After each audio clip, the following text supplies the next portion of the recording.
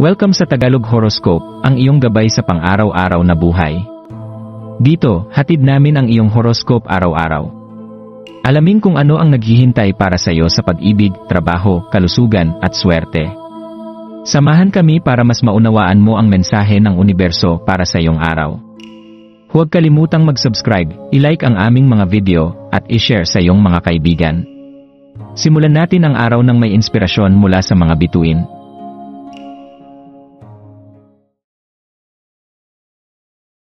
Narito ang iyong pang-araw-araw na horoscope para sa Aries sa Enero 24, 2025 sa pagsisimula ng Biyernes, Enero 24, mahal na Aries, tila isang bagong pahina ng iyong buhay ang bumubukas.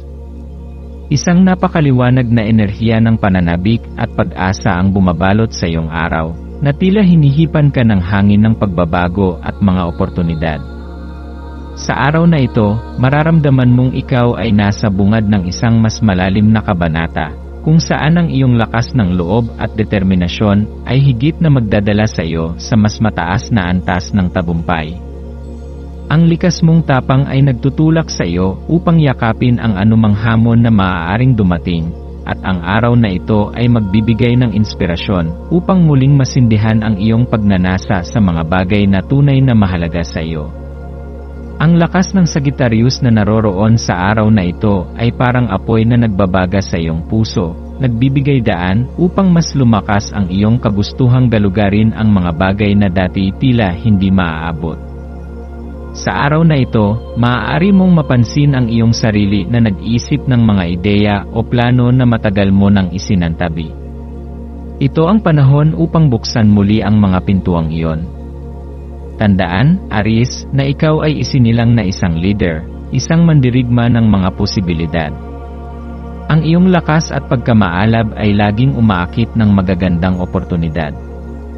Ngayon, habang ang enerhiya ng araw ay kumakapit sa iyo, yakapin mo ang tiwala sa iyong kakayahan, dahil ang universo ay may plano na akma para sa iyo. Gayunpaman, mahalaga ring tandaan na ang bawat mandirigma ay nangangailangan ng pahinga.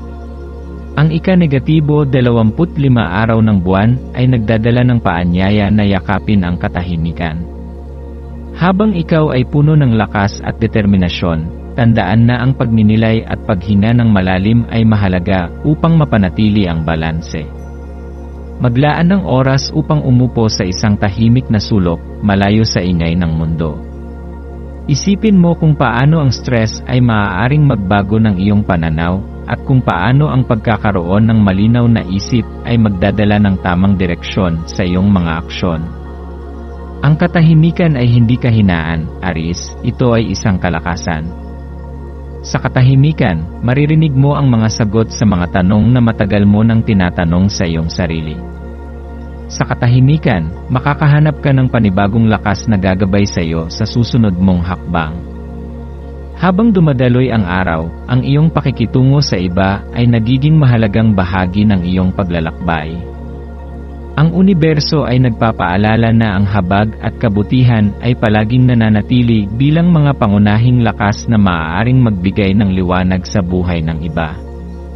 Ang bawat tao na iyong makikilala ay may sariling dalang kwento, sariling laban na hindi mo nakikita. Sa pamamagitan ng pagpapakita ng malasakit, ngiti, o kahit simpleng pakikinig, maaari kang magdala ng pagbabago sa kanilang araw.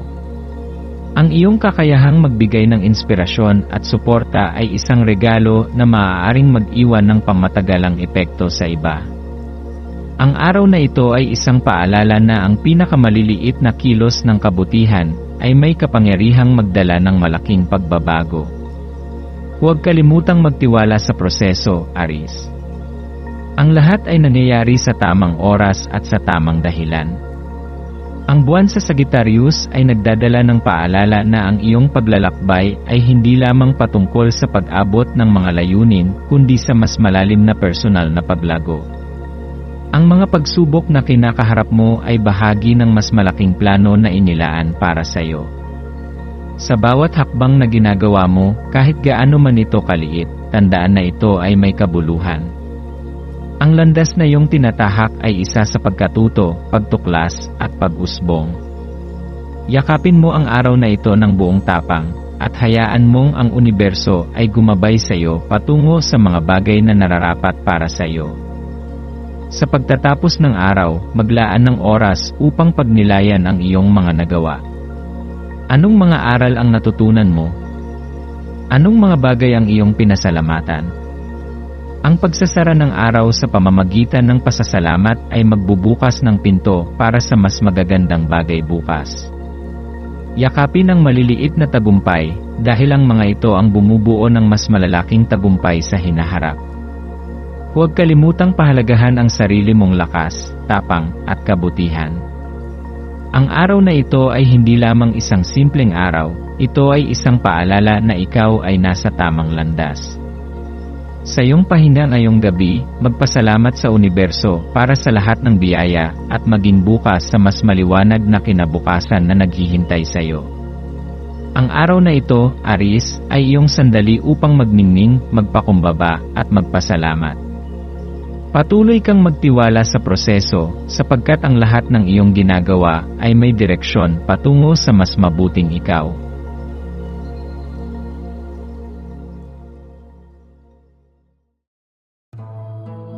Maraming salamat sa panonood ng iyong horoscope ngayon araw.